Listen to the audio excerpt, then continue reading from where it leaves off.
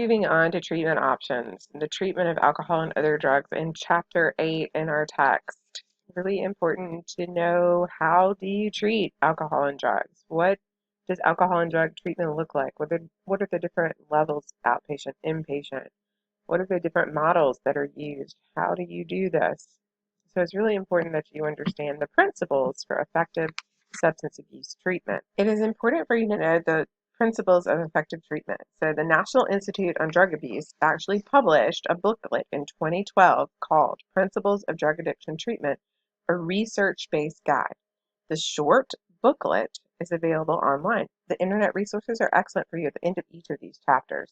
There are 13 principles, and they're listed in your book and here on this PowerPoint. But also, just want you to recognize that's 2012. So it's 2020. It's not that long ago. So we have a long way to go in this field. We are just beginning to understand addiction in a much greater way than we were before. So principles for effective substance abuse treatment include that addiction is complex but treatable. It affects brain function and behavior. We know that. We can see the brain. We know what addiction does to the brain and how it rewires the brain to become classically conditioned to the trigger. And people get into craving response and they have no control over that trigger cue. So no single treatment is right for everyone either. Um, Treatment varies. You have to match based on the risk level, based on the characteristics of the individual. Are they working? Will they lose their job? What if we send them off to intensive um, inpatient? What would happen to them? Do they need that level of intervention? And also that people need quick access to treatment. They need treatment to be readily available. Um, if they have to wait, it can be catastrophic. Um, Staying in treatment long enough is critical. Um, Treatment needs to attend to the multiple needs of the individual, not just his or her drug abuse. So it needs to look at medical, psychological, social, vocational, and legal problems. Remaining in treatment for an adequate amount of time is critical, like I just said. Behavioral therapies, including individual, family, or group, are the most commonly forms of drug abuse treatment. Behavioral therapies, I just taught that in theories. So CBT is a widely used behavioral technique, but also making sure that you are into using group and family as another modality. Medication is a huge important part of this um, treatment. I mean, people who are on heroin, they probably need to go on Suboxone.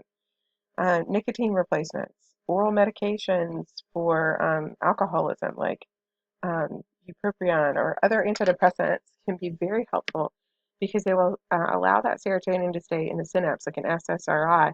It's going to balance the mood and help with craving response. And so I actually was just talking with a client this week about how important it is to think about potentially adding in an antidepressant for a 6 month to 12-month period.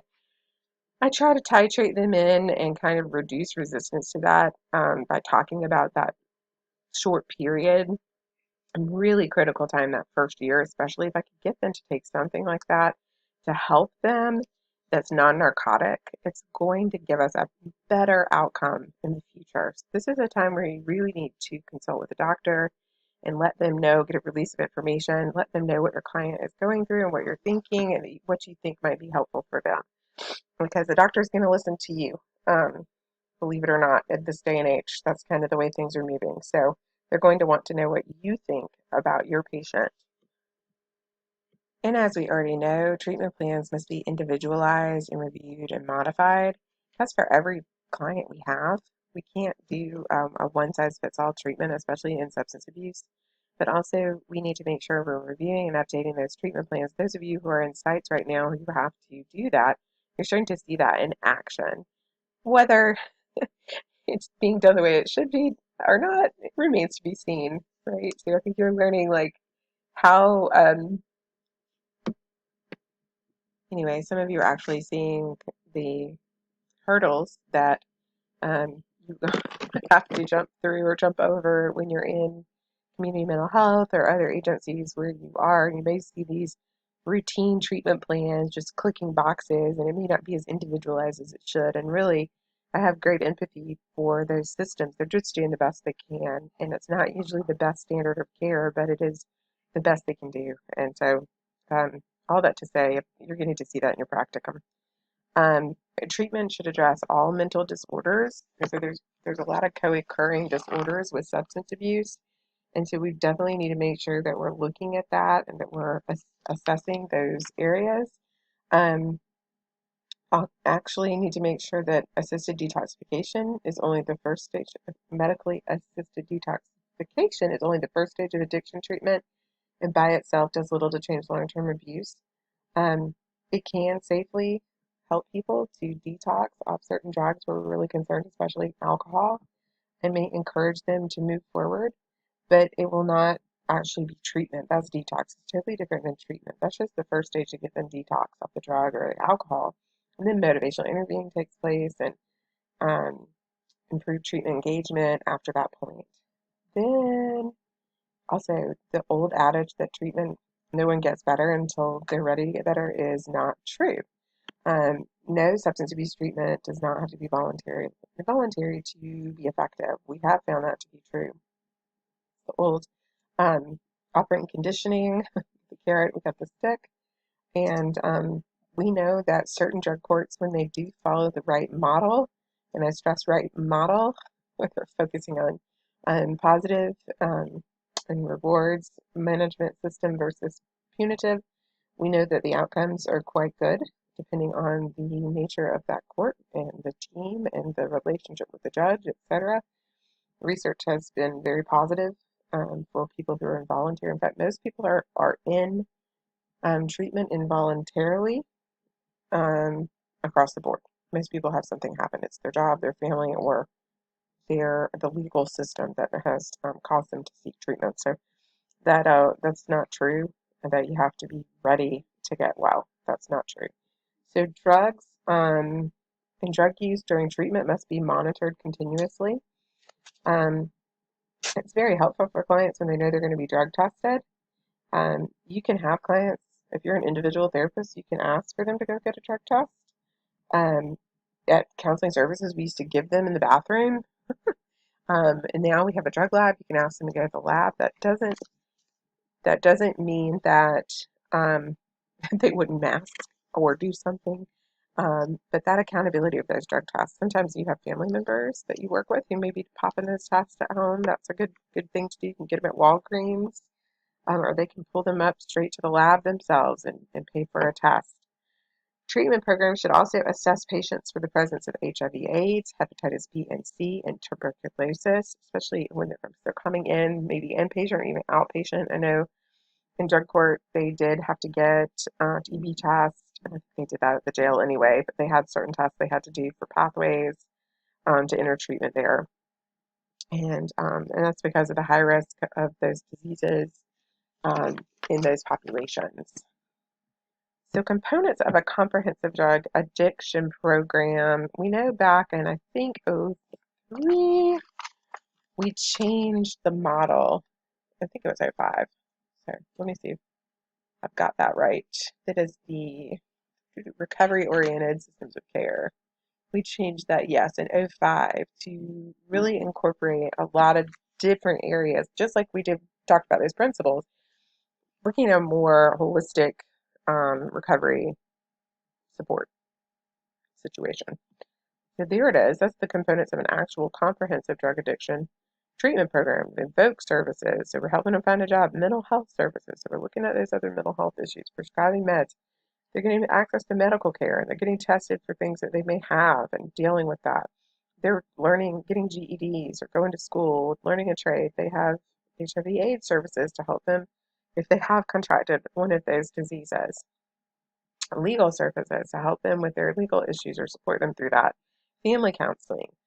There's evidence-based, there's assessment, evidence-based treatment, substance use monitoring with drug tests and home checks, maybe clinical and case management. So they have a huge case that encompasses all of these areas. And so what are their clinical and their case manager, usually both, recovery support programs after they've stayed sober and met their goals, and then continuity of care after that point.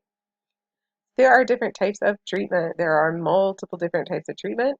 There's individual and group counseling, inpatient residential, intensive outpatient where they go all day, partial hospitalization programs, case or care management, medication, recovery support services, 12-step fellowship, and peer support leaders and peer support groups. In outpatient treatment, this is where you go at different intervals. So you perhaps go once a week, 3 times a week. Like with drug court, when they were in phase one, they went to more treatment, and then as they went to two, three, four, they titrated down on treatment and different types of interventions, moving toward recovery support systems and that continuity of care, moving into like alumni and giving back.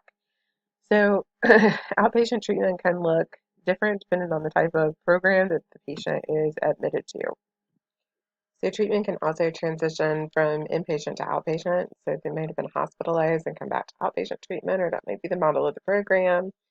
In September 2017, the FDA permitted marketing of the first mobile application, Reset, to help treat substance use disorders. This application is intended to be used with outpatient treatment to treat alcohol, cocaine, marijuana, and stimulant substance use disorders.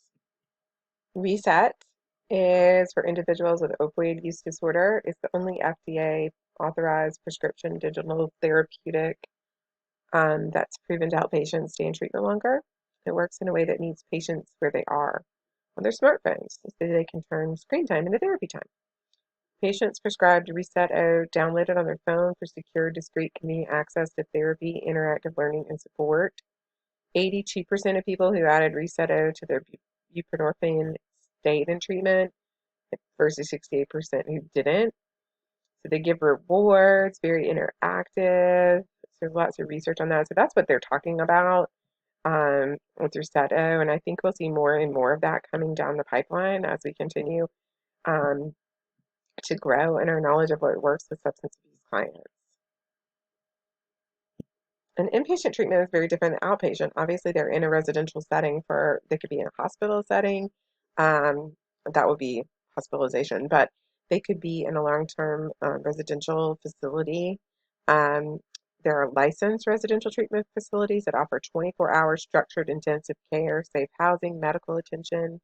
They have a variety of therapeutic approaches, and they are generally aimed at completely being abstinent-free off all drugs and alcohol. There are different types. There's therapeutic communities, short-term residential, and recovery housing, which is very different. That's like sober living. So it's not going to have the intensive interventions that some of these more complex inpatient programs do.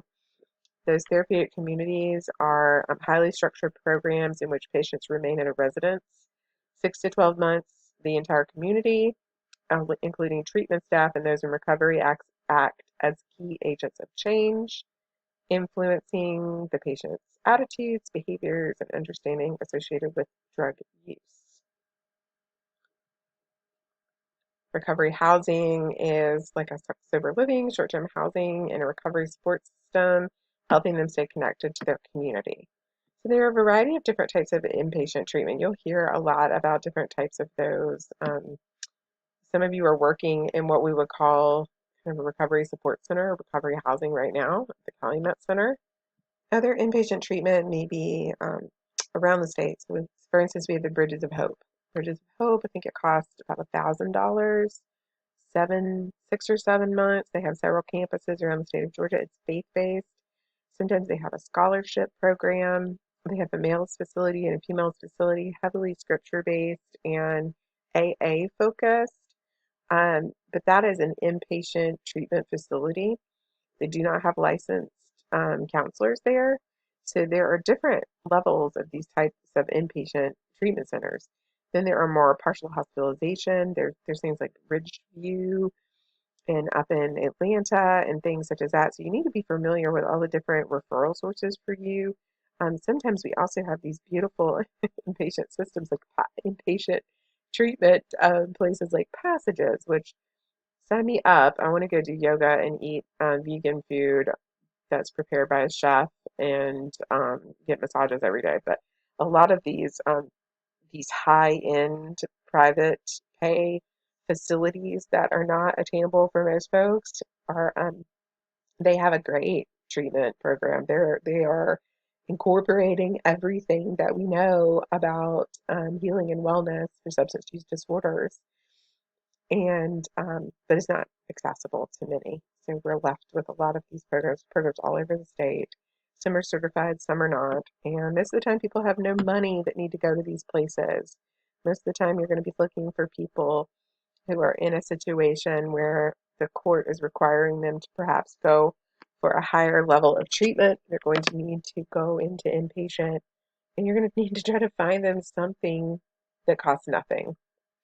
Mary Hall Freedom House is one of my personal favorites. It's up in Atlanta, and they let women take their children.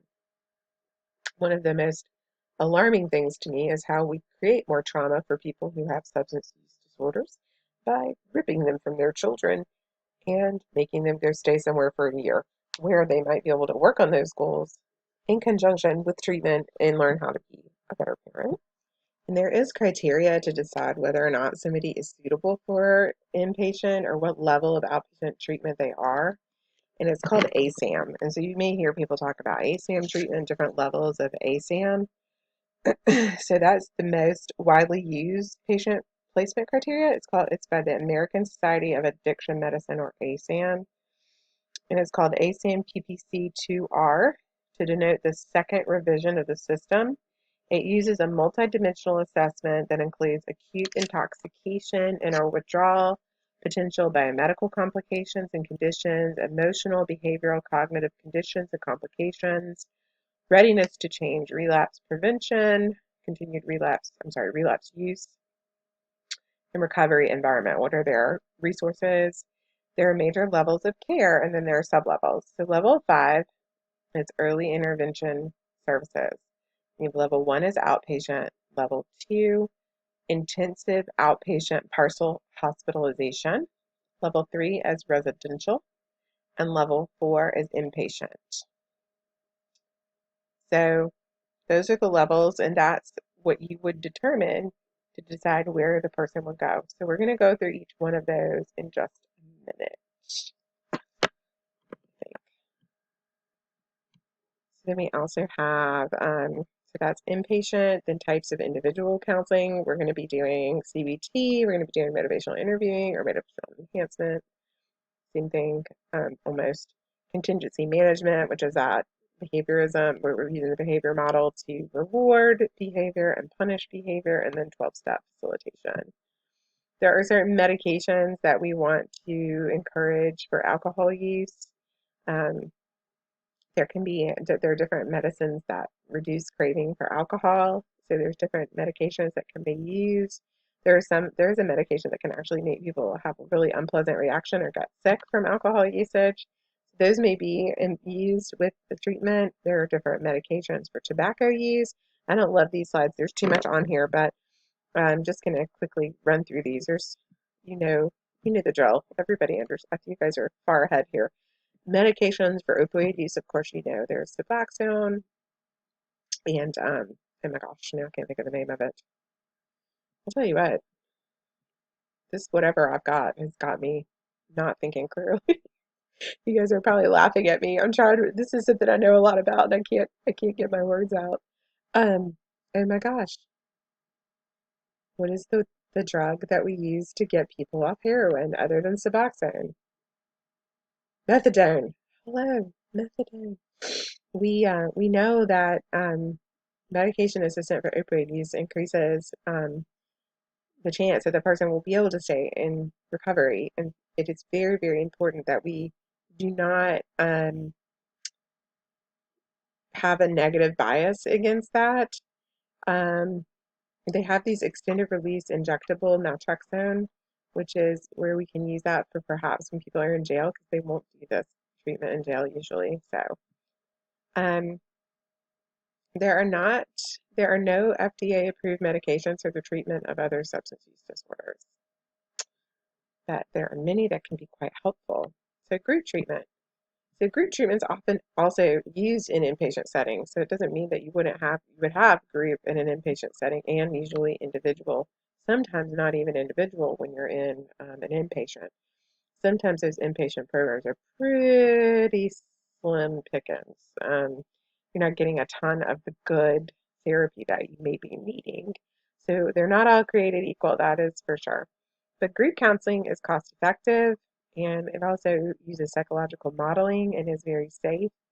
Um, Everyone feels very connected because they're all going through the same problem. And this is where group treatment can be highly, highly effective when you're working with substance abuse. It is the most common and most cost effective way we treat. And we're going to talk more about it. Of course, we talked a lot about it in your group class, but there are usually open groups in all of these programs because people are coming in and out. There's psychoed, there's self-help groups that we refer to. Um, Best outcomes involve matching clients with their stage of change, intervention, and counselor characteristics, but that does not happen very often. In a perfect world, that would be happening. But, if someone's in pre-contemplation, it may not be best to put them in a certain state, a certain group.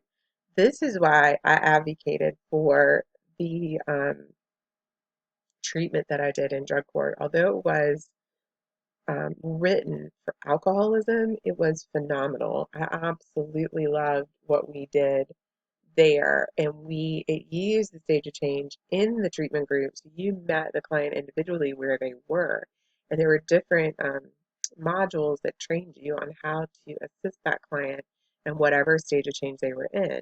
So we might have done the coping cards. We might have done like the values card sort was one of the groups that we used, and this was loved it because everybody got to participate in the activity for the values card sort and narrow it down to five. And then I asked open-ended questions about the values and substances and rating scales, etc., about how they impacted those values. But I was able to use the skills from motivational interviewing to not get in a confrontation battle or to be the expert. I was able to flip it open to them and ask those questions inquisitively and with empathy, where it reduced their resistance and I was able to roll with resistance. So I was able to actually match them where they were. And my counselor characteristics were Rogerian, especially in phase one of substance abuse. I actually met them when we first started the program, because I don't know if you guys know this, you may, but I wrote the felony drug court program for Troup County with Dr. Dunlap. So we created it. We actually proposed it for years and advocated to get it started because we had nothing for felony offenders in town. So they went to prison all the time. And so we did advocacy work and created that back in 2011, 2010, 2011, so almost 10 years ago. And we finally got funding and got it started. Judge Little helped us get that started, and that's why she's such a good friend of mine. Um, and she helped us get that started. So when we first did the program, those inmates would come to the office. And I think I may have shared this with you guys in another class, but that the potential client would come to the office for an interview. And I would ask for them to be unshackled and I'd offer them coffee and I might have some donuts there or something. And I would try to really treat them as a human and really see them. I knew they had been in the system. They would come in their stripes and I would just really try to show them love and compassion. And they would be there for 4 hours. We did a very in-depth assessment. I think we even did the MMPI, if I'm not mistaken. I may have to ask Shannon, but I think we even did the MMPI. I mean, we did a lot, gave them breaks and let them go and smoke and just really was trying to make sure that they felt comfortable. So really, we started with that there. That was an intervention in the assessment phase. And then if they were accepted, they came right back in and I did an orientation phase where I would actually spend 2 weeks explaining everything, psychoed, the whole program, giving them the workbooks, talking about what was expected, making them feel comfortable, and empathizing and using motivational interview. And then we would titrate slowly into an open group. And you guys have heard me talk ad nauseum about how I did an open group and how I tried to be mindful of the stage of change that all the people were in, and how I pulled my allies in who were in a more action phase or more prep phase. I would pull them in kind of like a symphony and get them to assist me in my pre-contemplation contemplation people. So it is an art as well as a science, but I loved the way that I was able to do that, and I found that through years of work. I found that comfortable rhythm there through my years of work. So group counseling is very effective. We know this from your group class. Develops empathy and social interest, reinforces change through modeling, develops a deeper understanding of others, and that group feedback is really helpful. And you use that, and that's what I was talking about with the different ways that I used my people in the group members, depending on what stage of change they were in. In fact, Dr. Muller and Dr. Powers and I have talked about um, adding on certifications at the end of the program. So basically, you would graduate from the clinical mental health counseling program. And if you wanted to, you could start working and take your test, but you could also stay in for another semester and get an advanced certification in either substance abuse or marriage and family therapy, or I guess really could do both. So that's a long term goal of ours. And Dr. Muller and I are both able to do that. I have that advanced certification in substance abuse. Dr. Muller has an advanced certification. He's a licensed marriage and family therapist, but we would add 3 classes. So you'd have the substance abuse class here, and then you would get 3 more extra classes in a semester, and you would be able to um, take the test for your advanced substance abuse certification. You'd have to be getting your hours too, so you'd have to have a certain number of hours. I have the advanced, which was a lot of hours. But think about after your practicum and internship, if you're working in substance abuse, you could have 700 hours. I had to have 10,000 for my advanced certification. So you're talking maybe 300 more hours in a semester working with substance abuse and being able to come back and get that added on certification, which makes you more marketable. So we're looking at maybe doing that in the future, maybe sooner than later. I'm not going to go through all of these slides. I really just wanted to talk about the different kind of impact treatment options. Gosh, I can't talk. So I'm not going to necessarily hit all of these slides. So just coming back to types of treatment, a lot of the group slides in this presentation I'm not going to talk about right now. You've already had them in group, and there's no need for us to cover most of that at this point. Mainly what I want you to know for Chapter 8 are like what we're talking about, the different types of treatment, the different levels of treatment. So there is a partial hospital program, and those are through hospitals where you would actually stay at home for most of the time at night, but come there for the whole day, come in checking in for treatment. So those are partial hospital programs.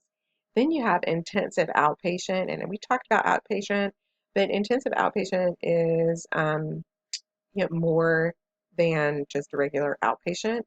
They can be 3 or 4 evenings in a week, or 2 to 4 hours each evening or day. Um, those are less serious, so you might titrate into one of those from a more intensive inpatient program. They gradually reduce their intensity, just like drug court. I mentioned that earlier. They're much more cost effective. And, what are these treatment approaches? How do we do them? What are the different ways that we treat people in these different programs? There's the Minnesota model that is very old and talks about in the beginning of your chapter. Um, there are a lot of good things. It works from a disease model. There are behavioral approaches, which are, more operant conditioning. We're actually reward punishment systems, et cetera, community reinforcement approach. There's the matrix model, which I'm trained in. I think when we get to class, my goal is for us to, next Tuesday, God willing, that I'll be able to come to class and I am not COVID positive. Um, we will be looking at some of these. I think I'm going to pull some of my models. We can actually look at these in action. You may be seeing these at Pathways and East Alabama Mental Health, maybe actually being able to see these in action.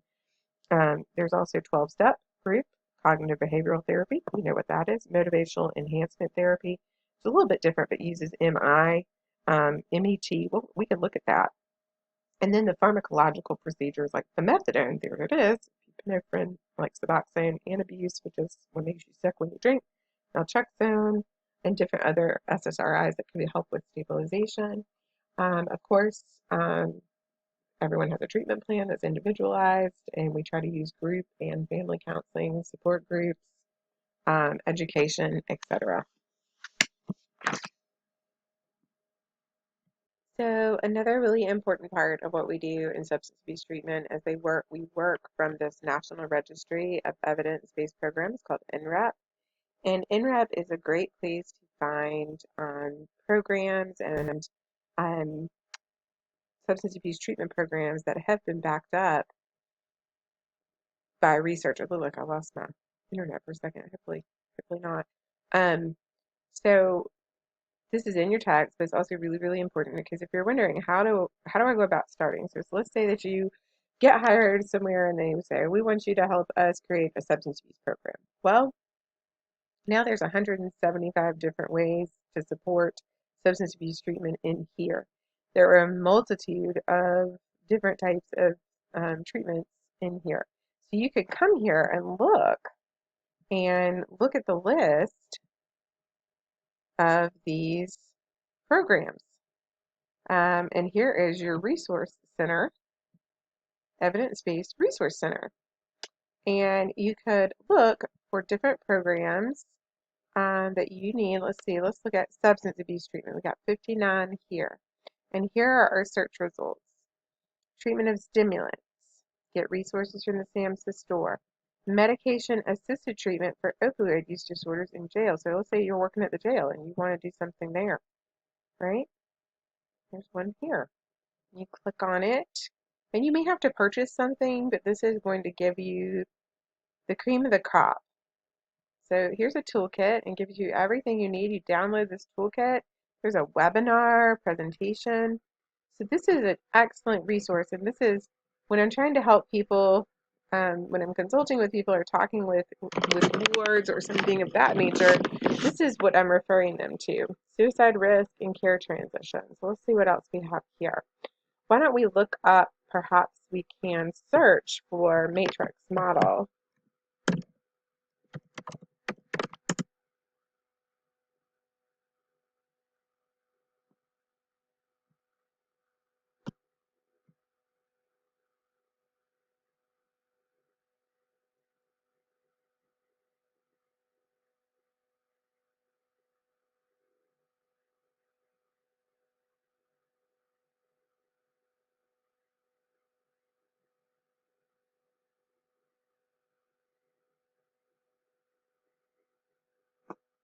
Well, look, it didn't even come up. Let's see if we can find toolkits. And substance abuse treatment, and take this out, submit.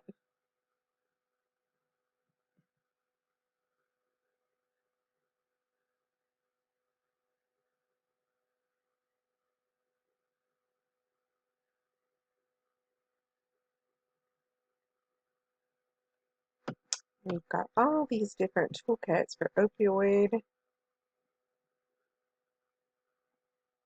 disorders. Let's then look, take toolkit off. Look, I'm just having fun, aren't I? Substance abuse treatment, let's keep looking. I couldn't find Matrix when I did the search. Let's look in here. A lot of opioid programs.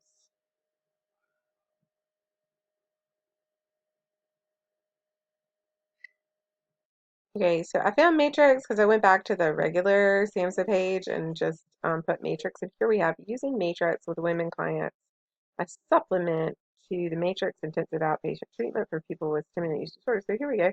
Using Matrix, right here's your workbook. And you have the guidelines and you get the manual here. You can download it here. It looks like for free. Not all of them are going to be free, but um,